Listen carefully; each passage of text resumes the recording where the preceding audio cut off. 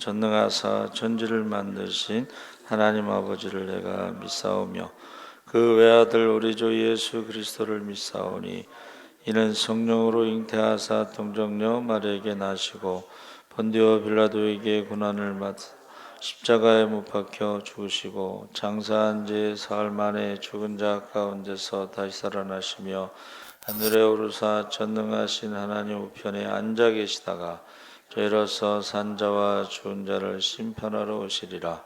성령을 믿사오며 거룩한 공예와 성도가 서로 교통하는 것과 죄를 사하여 주시는 것과 몸이 다시 사는 것과 영원히 사는 것을 믿사옵나이다.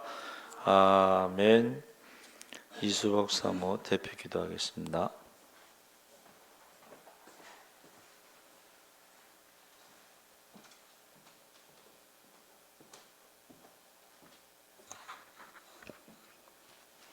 살아계신 하나님 아버지, 뒤집지 않은 전병처럼 하나님의 거룩함을 상실한 이 시대, 도끼가 이미 나무 뿌리에 놓였다고 하신 말씀처럼 믿는 자들마저도 갈 바를 알지 못하고 방황하는 이 시대를 맞이했습니다. 하나님 아버지, 우리가 회개치 아니하면 누구도 천국에 들어갈 수 없는데 아무런 희망도 없고 소망이 없는 시대에 회개만이 하나님의 의를 이룰 줄로 믿습니다. 다시 한번 우리에게 회개 영을 허락하여 주셔서 믿는 자만이 갈 수 있는 그 하나님 나라를 소망하게 도와주시옵소서. 누구나 천국을 소망하지만 회개가 없으면 갈 수 없습니다. 하나님은 모든 사람들이 진리를 믿으며 하나님의 구원에 이르기를 원하신다고 말씀하신 것처럼 하나님 아버지, 주님께서 이 땅에 더디 오는 것이 아니오라 모든 사람들이 회개하고 구원에 이르도록 기다리시는 줄로 믿습니다. 우리가 그때까지 참고 기다리며 하나님의 전신갑주를 입고 복음의 나팔을 불 수 있는 하나님의 거룩한 백성이 될 수 있도록 주여 도우시고 축복하여 주시옵소서.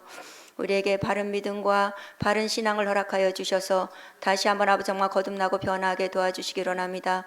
물과 성령으로 거듭나지 아니하면 하나님 나라에 들어갈 수 없다고 주님께서 말씀하셨기에 우리가 다시 한번 하나님의 말씀과 기도로 거룩하여지게 도와주시기 원하며, 우리의 죄가 너무나 커서 하나님 아버지, 우리가 정신토록 회개할지라도 하나님 아버지, 그 죄값이 너무 커서 하나님 아버지 다 회개할 수 없기에 주님께서 아버지 정말 그 모든 죄를 주의 등 뒤에 던져버렸다고 하신 말씀처럼 주님께서 치러주신 그 죄값으로 말미암아 우리가 천국에 들어가는 줄로 믿습니다. 믿음이 없이는 하나님을 기쁘시게 하지 못한다고 주님께서 말씀하셨사오니 우리에게 아버지 정말 거룩하고 복된 믿음을 허락하여 주셔서 너희가 그 은혜로 말미암아 구원을 얻었나니 이것이 너희에게서 난 것이 아니요 하나님의 선물이라고 주님께서 말씀하셨사오니 우리가 거저받은 그 믿음을 모든 사람들에게 나눠주고 전파함으로 말미암아 하나님 나라가 다시 한번 세워질 수 있는 그런 거룩함이 회복되어질 수 있는 나라의 민족이 될 수 있도록 주여 도우시고 축복하여 주시기 원합니다.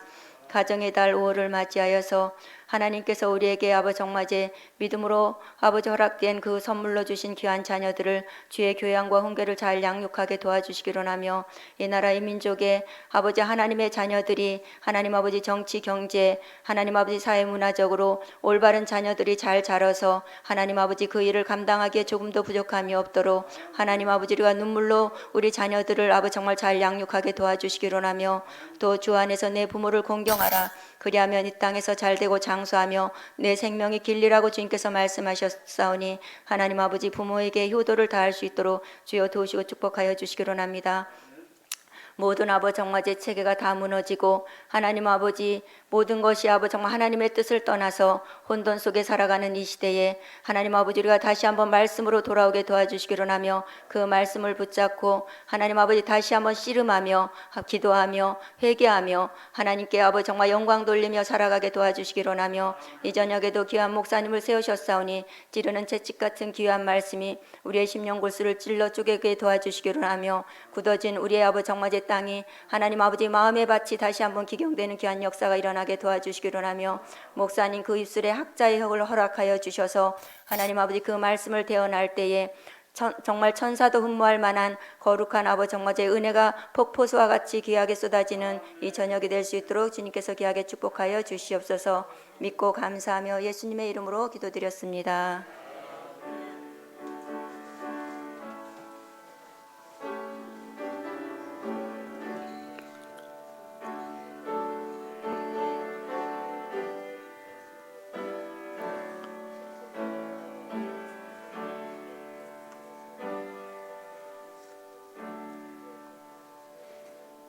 하나님 말씀은 사도행전 8장 26절에서 40절까지 말씀을 보겠습니다. 신약성경 200쪽에 있습니다.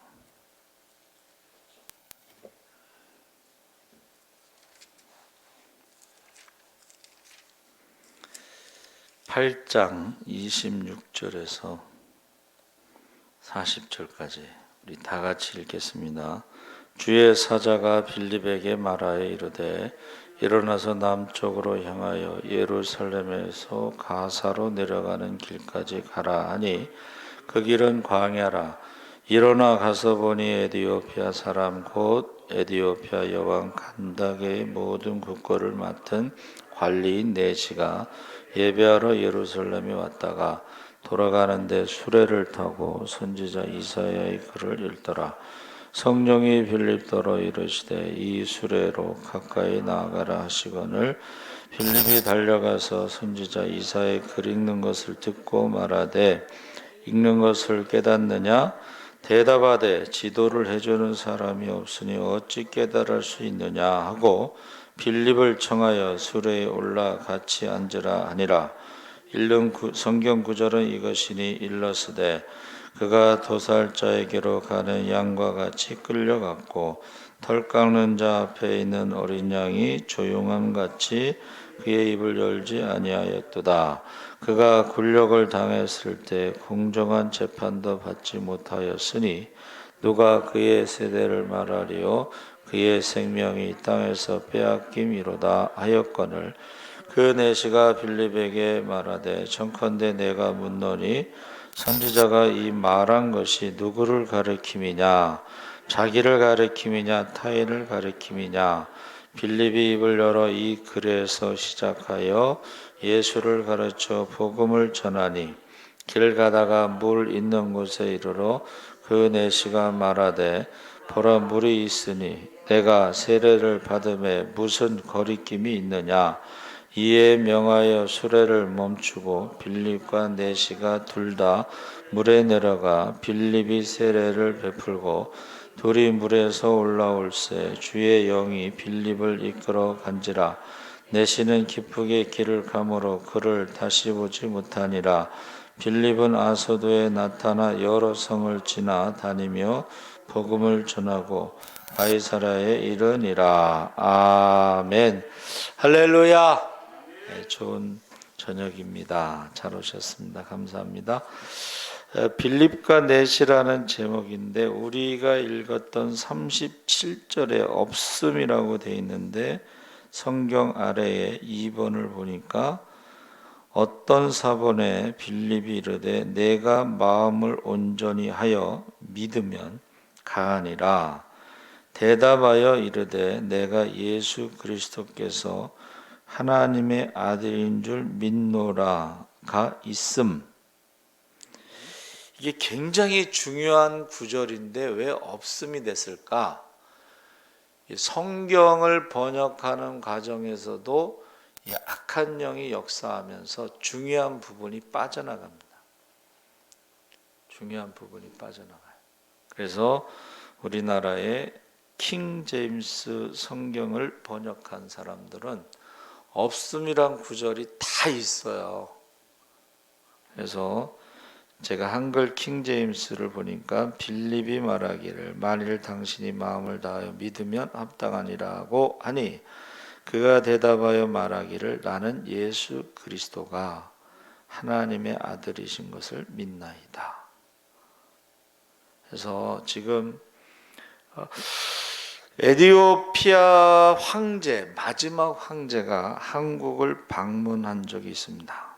그것은 언제냐면 6.25가 끝나고 55년에 한국에 와서 대한민국 장이라고 하는 최고의 훈장을 받습니다. 55년 11월 달에 왔어요. 그 이름이 하일레 셀라시에라는 1세 황제인데 신앙이 아주 독실한 분으로 세계 복음화대회에서 축사하시고 그것을 우리나라의 한경직 목사님이 그 자리에 참석하셔서 들었습니다. 그래서 6.25 때 16개국 중에 군대를 파견한 하나의 우방 국가인데, 여러분, 유엔군이 최초로 6.25 전쟁에 파견됐는데 대부분의 나라들은 기독교 국가, 그래서 하나님의 군대가 파견이 된 겁니다. 그래서 일화가 있죠. 안전보장이사에 소련이 반대하면 유엔군을 파견할 수가 없는데, 유엔 안전보장이사의 소련 대사가요, 차가 막혀갖고 늦게 도착했어. 그래서 투표가 끝났어요. 여러분, 이걸 우연이라고 생각하지 마세요. 성경은 우연이 없습니다. 이런 비슷한 일을 저도 경험한 적이 있어요. 방배동에 있을 때에 제가 일부 예배를 드리자고 그랬어요. 장로님하고 이제 목사님하고 뭐 남전도 회장, 뭐 여전도 회장, 그리고 저하고 있는데, 제가 전도사 때 풀타임 전도사 때인데 제가 그랬어요. 그랬더니 장로님 한 분이 계속 딴지를 거는 거예요. 뭐 다른 교회도 알아보고 어쩌고 저쩌고 계속 딴지를 걸어. 근데 그때 마침 전화가 왔어.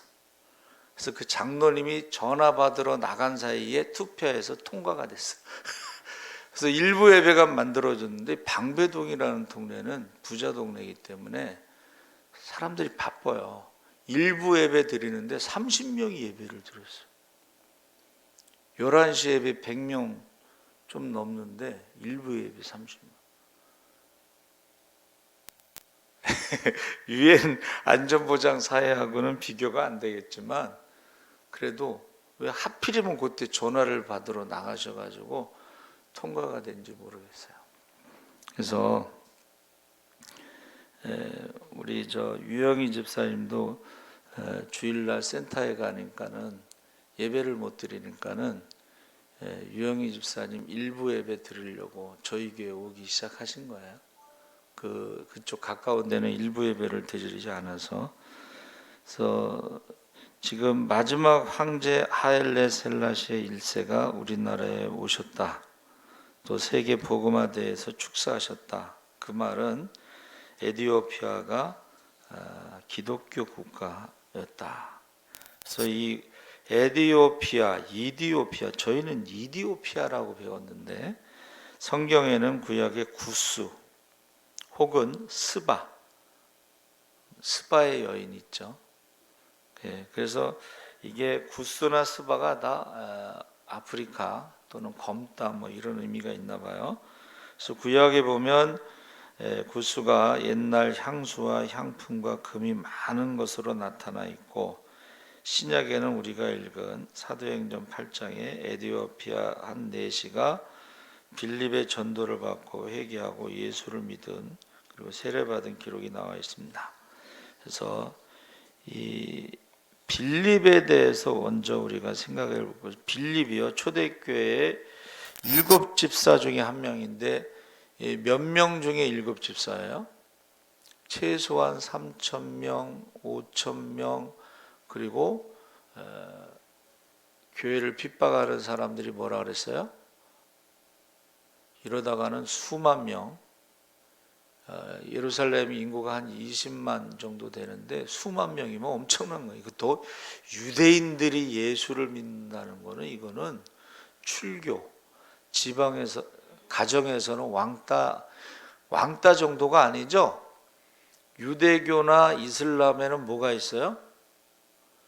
명예살인이 있죠. 명예살인이 있어서 다른 종교를 믿게 되면 가족이 죽여도 그 살인이 안 되는 거예요. 1년에 지금도 명예살인으로 5,000명씩 죽습니다. 그때 예수를 믿는다는 건 거의 가족에게 죽을 수 있다라는 가능성이 있는데, 그 중에 7집사라는 것은 엄청난 거죠.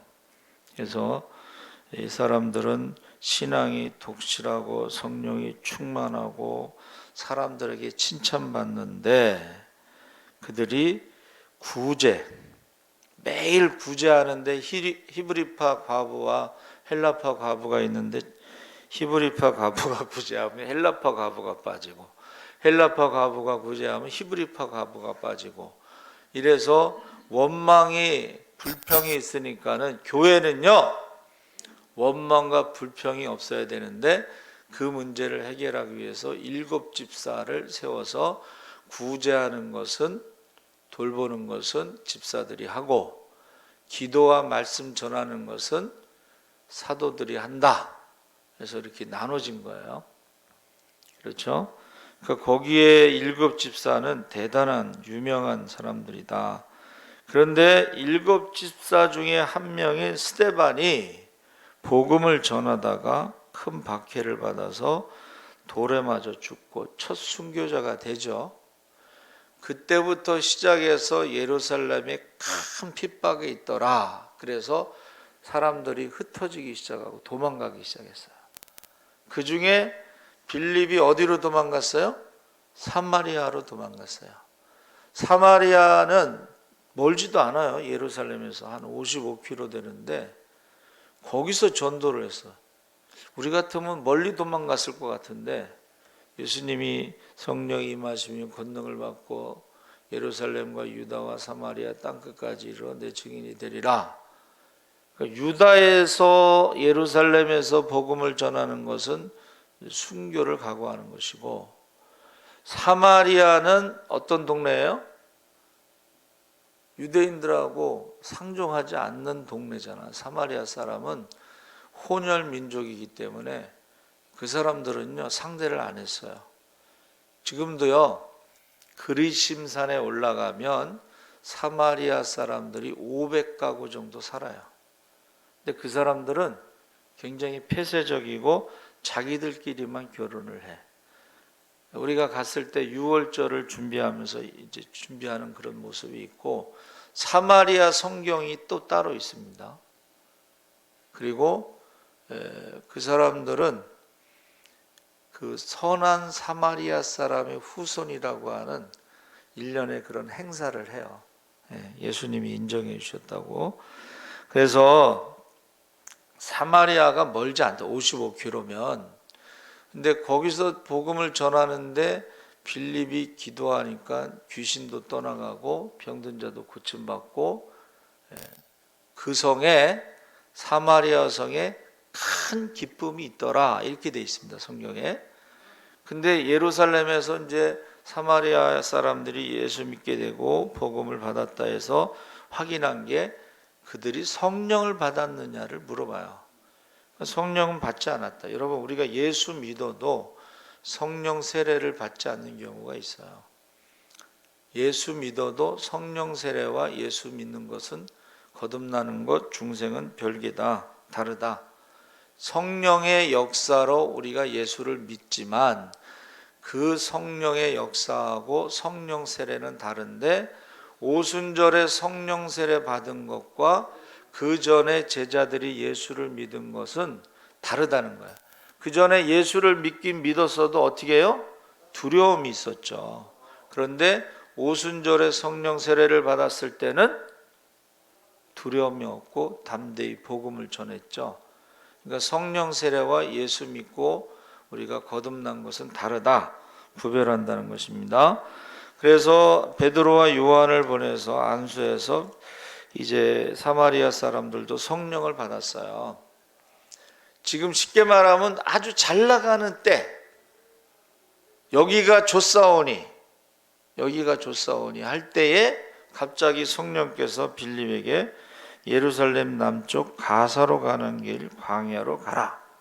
자, 이 예루살렘이 55km고 예루살렘에서 가사까지가 70km예요. 근데 가사까지는 바닷가니까 예루살렘 남쪽 가사로 가는 광야길, 그러니까 최소한 55km 이상 내려가야 돼. 이거 쉬운 건 아니에요. 왜? 예루살렘에 스데반이 돌에 맞아 죽었잖아요. 그리고 도망갔잖아요. 근데 다시 또 예루살렘 쪽으로 지나간다? 이거 쉽지 않아요. 그리고 사마리아에서 성공했잖아. 사마리아 성에 큰 기쁨이 있었잖아요.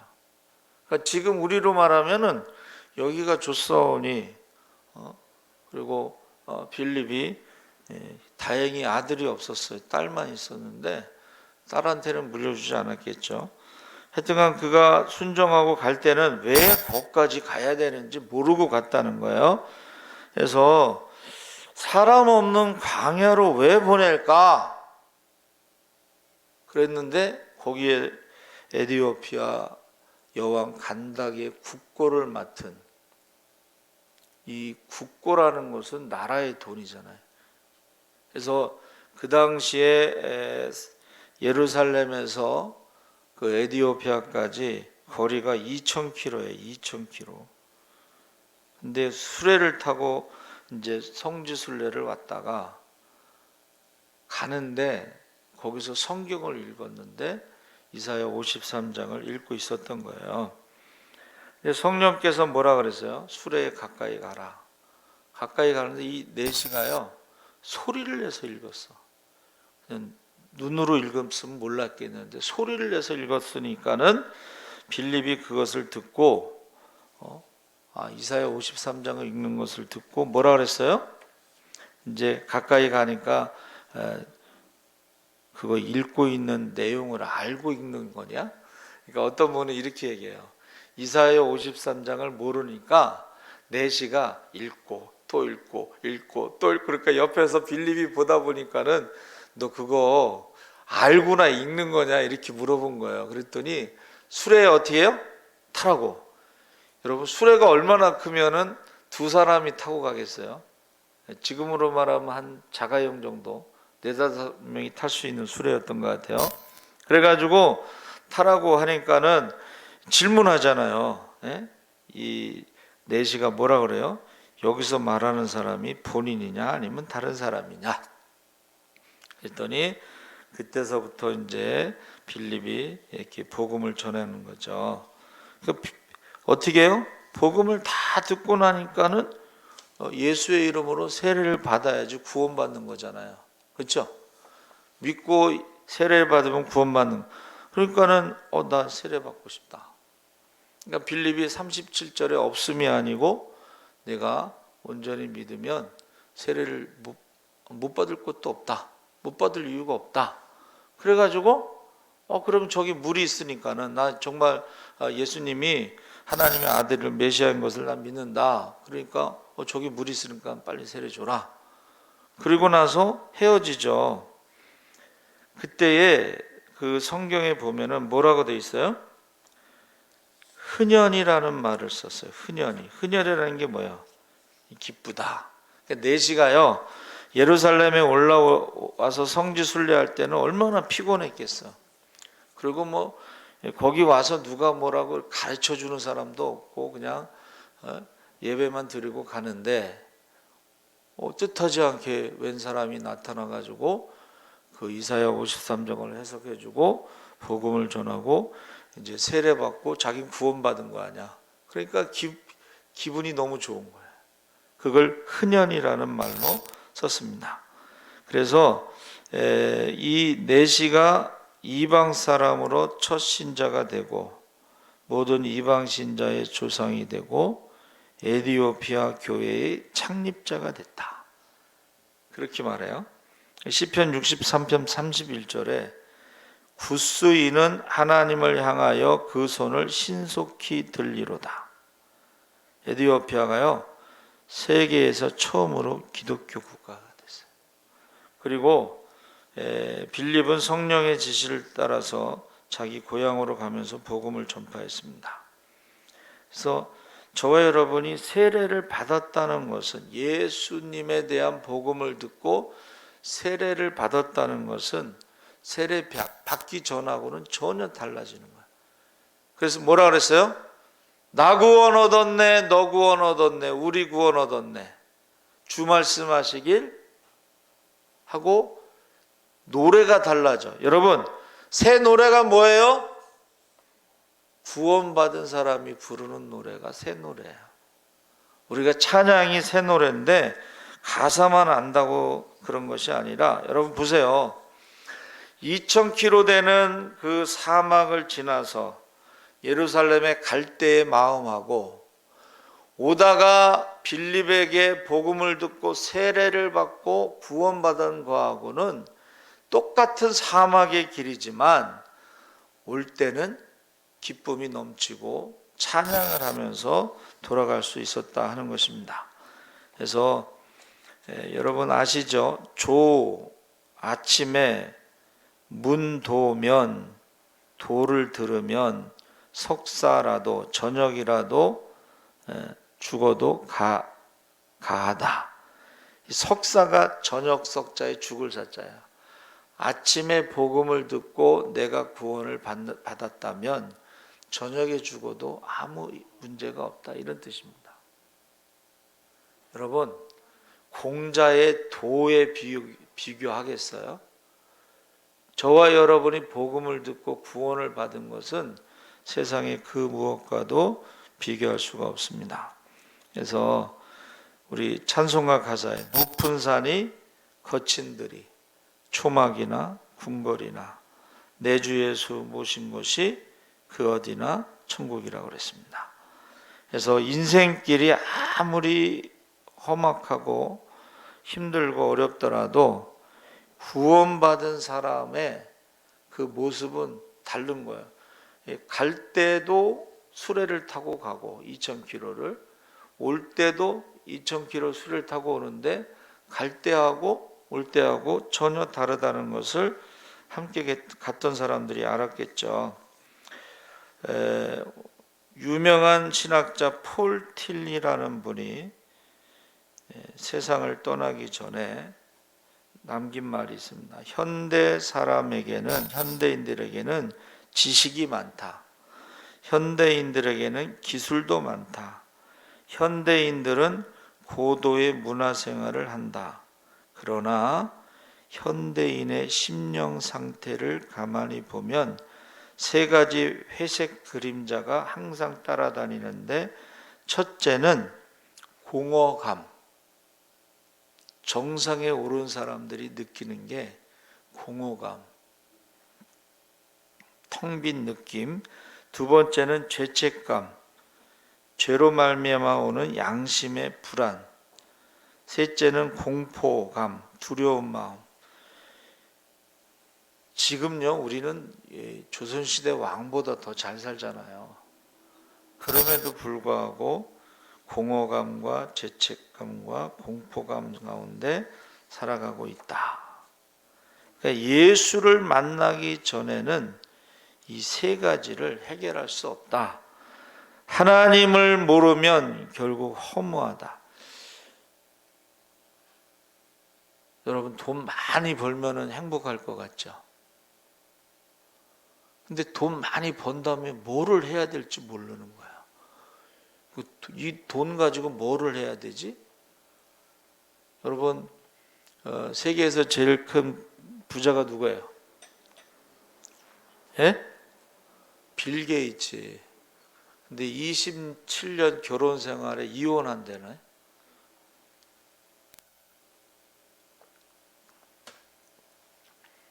왜 이혼할까요? 세계에서 제일 큰 부자가.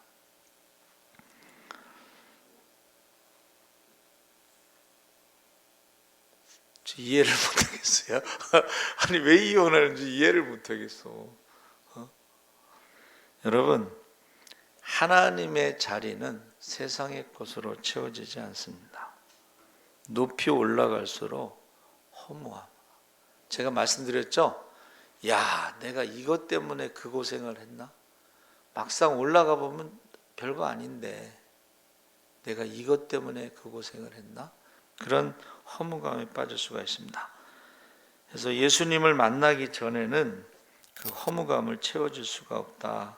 그래서 그 에티오피아에 이제 한경직 목사님이 갔을 때에 동상이 하나 있었대요. 큰 도토리에. 저 누구 거냐 그랬더니 어느 신부 동상인데, 그 이탈리아의 무솔리니가 2차 대전 때 침략했는데 다른 데는 다 정복을 했는데 이 수도원이 있는 산은 정복을 못했어. 게릴라전에 그래서 그 주교에게 다 모아놓으면 내가 할 얘기가 있다. 이제 모였어요. 주교들이, 이제 신부들이 모였는데, 수도원은 산에 있는데 이제 모였어요. 주교에게 협조를 해주라. 그 말을 좀 해달라는 거예요. 근데 주교가 올라가서, 여러분, 하나님이 우리에게 자유를 주셨으니까는 목숨 걸고 싸웁시다. 그랬다는 거예요. 그래가지고 그 주교를 쏴서 죽였어요. 그래서 그 주교 동상 안에는 총이 놓여 있다. 하나님이 주신 자유를 목숨 걸고 싸웁시다. 그래서 그 동상이 거기 있다는 거예요. 여러분, 하나님이 우리에게 주신 자유는 뭐예요? 죄로부터 주신 자유야. 죄로부터 우리가 자유롭고, 죽음으로부터 자유롭고, 세상 욕심으로부터도 자유롭고. 여러분, 이 자유는 예수님께서 십자가에서 죽으심으로 주신 자유예요. 근데 이 자유를 빼앗긴 거야. 지금 예배를 못 드리는 게 이 자유를 빼앗긴 거야. 예배 못 드리는데 목숨 걸고 예배 드리자는 사람이 한 명도 없어.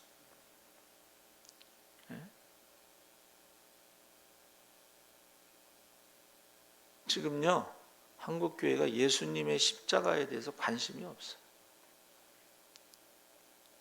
관심이 없어요. 그 자유를, 예배 드리는 자유를 그냥 쉽게 포기하는 거예요. 예수님의 십자가도 그냥 쉽게 포기하는 거예요. 여러분, 저와 여러분이 안 오는 사람을 억지로 끌어다가 예배 드릴 수는 없지만, 또 오는 사람을 막을 수도 없지만, 예배 드리냐고 물어보는 인간들이 많아. 예배 드려요? 할렐루야만 하지 말고 예배 좀 드려. 그냥 길거리에서 만나면 할렐루야 하면서 예배도 안 드리고, 맨날 술이나 먹고.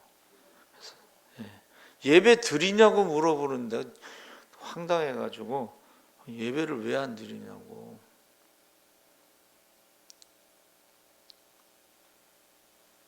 여러분, 성경에요, 주의 신이 있는 곳에 자유가 있느니라.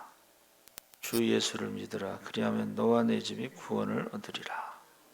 해서 이 에티오피아가요, 아프리카 국가 중에 몇 천 년을 독립국가로 내려오는 유일한 나라예요. 몇 천 년을 독립국가로 내려온 유일한 나라가 에티오피아인데, 그게 기독교 국가예요. 근데 그 마지막 황제를 끝으로 에티오피아가 공산화되죠. 그리고 내전이 일어나죠. 가장 못 사는 나라가 돼버렸어요. 저는 문재인 대통령 저를 부를 리도 없겠지만, 만약에 부르신다면 지구상의 인류 역사상 좌파 정부가 경제에 성공한 나라는 한 나라도 없습니다.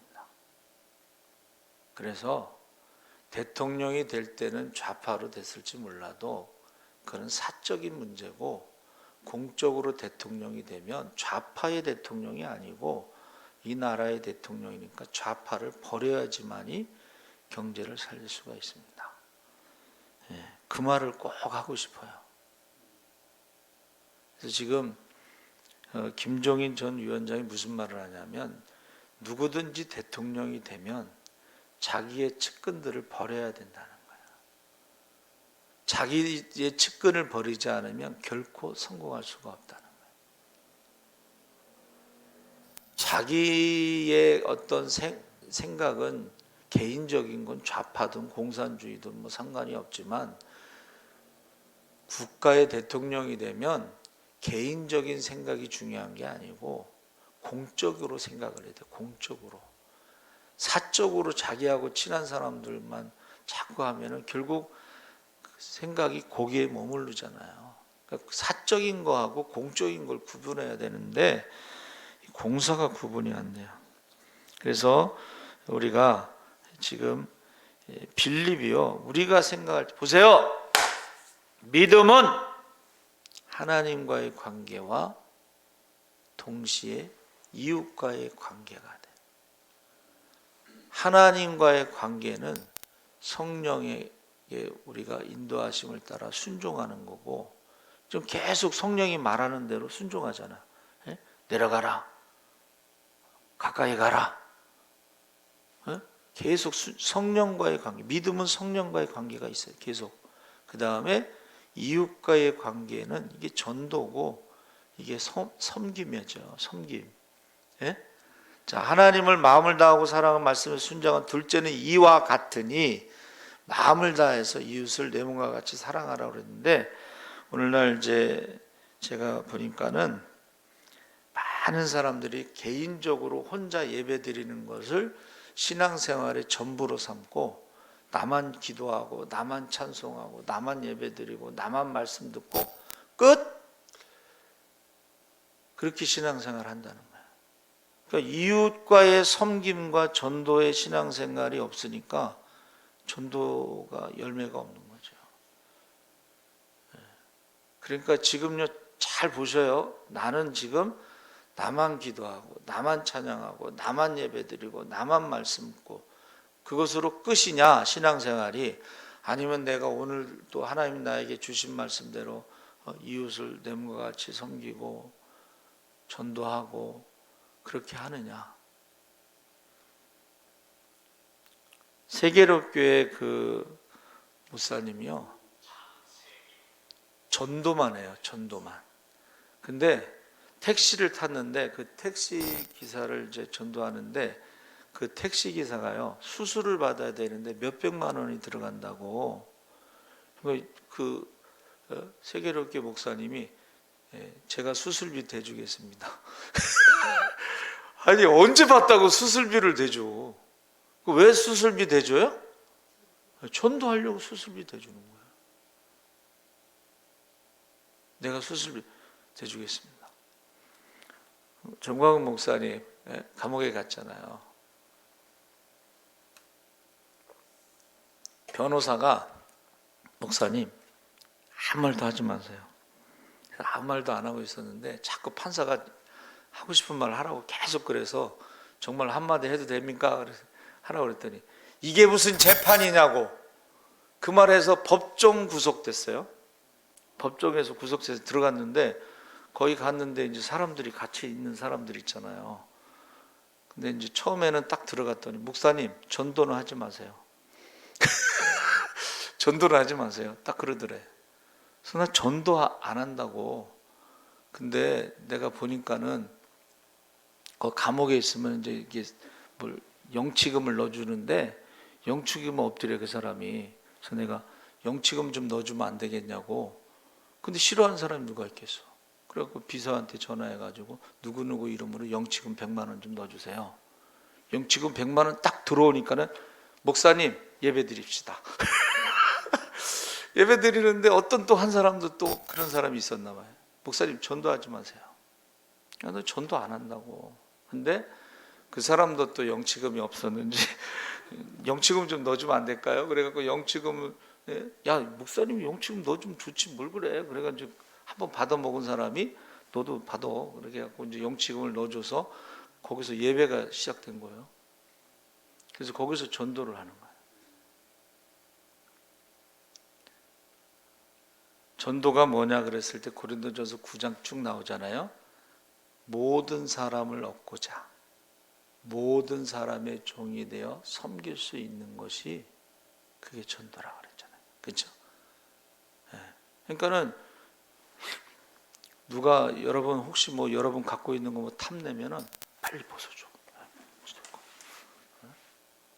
여러분 간디가요, 예수 믿기 전에도 신발이 떨어지니까 나머지 신발을 기차에서 던졌잖아요.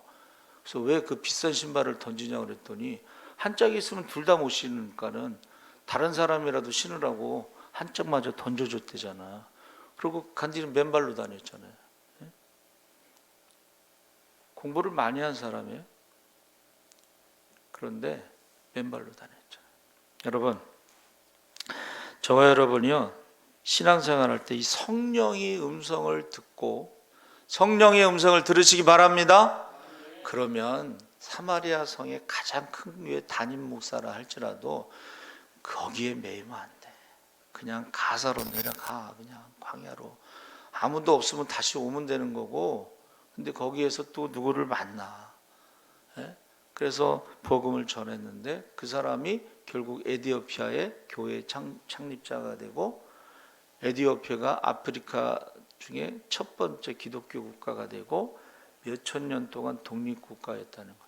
몇천 년 동안 기독교 국가이면서 독립국가라는 것은 그만큼 많은 사람들에게 영향력을 끼쳤는데 6.25 때는 우리나라의 파병한 선진국이었다는 거예요. 그래서 성령의 음성을 듣고 관계가 있어야 되고, 그 다음에 이웃과의 관계가 있어야지 이게 제대로 믿는 거예요. 이제 여러분 아시죠? 부자 청년. 영생을 얻으리까 너 계명을 지키면 돼. 그랬더니 제가 어려서부터 다 지켰나이다. 그랬더니 뭐라 했어요? 한 가지 부족한 게 있는데 네 재산을 팔아서 가난한 사람들에게 주고 나를 따르라. 그랬더니 부자인 거로 고개를 숙이고 돌아갔다. 그때 예수님께서 얘들아, 부자가 천국 가는 것이 낙타가 바늘귀로 돌아가는 게 더 쉬워. 제자들이 놀라서 그럼 누가 구원을 받겠습니까? 그랬더니 사람은 할 수 없지만 하나님은 하실 수 있느니라. 그래서 이 성령과의 관계, 이웃과의 관계가 온전히 이루어지시기를 주의 이름으로 축원합니다. 아멘. 살아계신 하나님 아버지 감사합니다. 우리가 생각할 때는 여기가 좋사오니 사마리아 성의 제일 큰 교회 담임 목사가 이스라엘 왕보다도 더 좋을 수도 있습니다. 그러나 거기에 매이지 않고 성령의 음성을 듣고 순종한 필립처럼 우리도 성령의 음성을 듣게 하시고 순종하게 하시고, 또 우리가 이웃을 내 몸과 같이 사랑하신 대로 우리가 한 영혼 한 영혼을 온천보다 귀하게 여기며 복음을 전할 수 있게 하여 주시옵소서. 오늘날 많은 사람들이